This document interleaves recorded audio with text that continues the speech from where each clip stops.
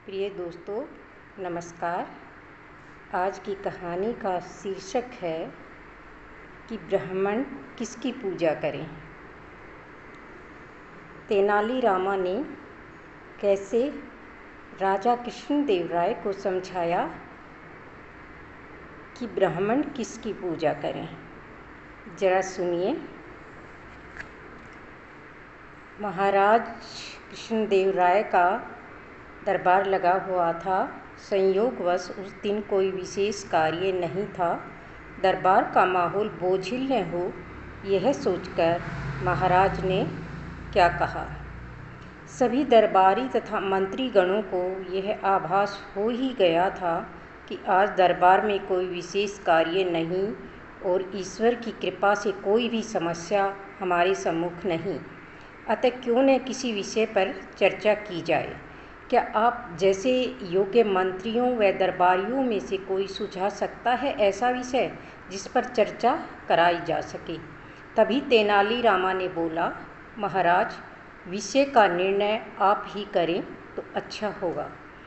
महाराज ने कुछ देर सोचा और फिर बोले, जैसा कि सभी जानते हैं कि क्षत्रिय, वैश्य, शूद्र तीनों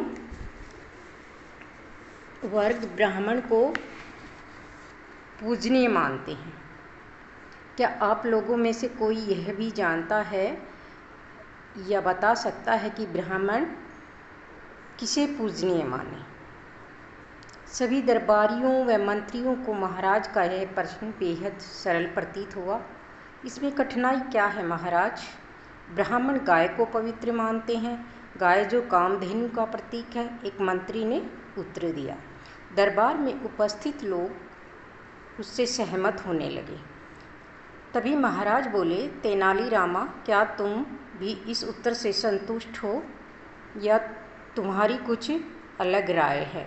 तेनालीराम हाथ जोड़ते हुए विनम्र भाव से बोला, महाराज, गाय को तो सभी पवित्र मानते हैं, चाहे मानव हो या देवता, और ऐसा मानने वाला मैं अकेला नहीं, हमारे विद्वानों की राय भी कुछ ऐसी ही है। यदि ऐसा है तो ब्राह्मण गोचर्म, गाय की खाल से बने जूते चप्पल क्यों पहनते हैं? महाराज ने पूछा। दरबार में चारों तरफ चुप्पी छा गई। दरअसल महाराज ने जो कहा था वह बिल्कुल सच था। इस प्रश्न का उत्तर किसी के पास भी नहीं था। सबको चुप देखकर महाराज ने घोषणा की कि जो भी इस प्रश्न का संतोषजनक उत्तर देगा उसे 1000 स्वर्ण मुद्राएं पुरस्कार स्वरूप दी जाएंगी।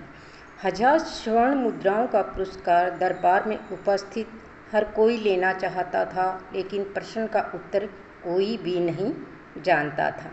सभी को चुप बैठा देख तेनालीराम आसन से उठते हुए बोला, महाराज, ब्राह्मण के चरण बेहद पवित्र माने जाते हैं, उतने ही पवित्र जितना कि किसी तीर्थ धाम की यात्रा। अतः गोचर्म से बने जूते चप्पल पहनने से गायों को मोक्ष मिल जाता है। गलत तो हर हाल में गलत है। महाराज बोले, गोचर्म से बने जूते चप्पल पहनना जायज़ नहीं कहा जा सकता, फिर चाहे पहनने वाला ब्राह्मण हो या किसी अन्य वर्ग का। लेकिन मुझे खुशी इस बात की है कि तेनालीरामा ने उत्तर देने का साहस तो किया। चतुराई भरा उसका उत्तर उसे 1000 स्वर्ण मुद्राएं देने के लिए काफ़ी है।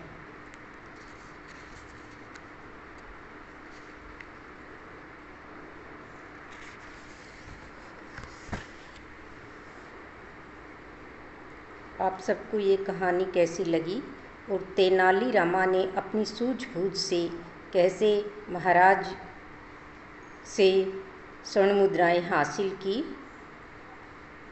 आप ज़रा कमेंट बॉक्स में लिखकर बताएं और चैनल को सब्सक्राइब करें। धन्यवाद।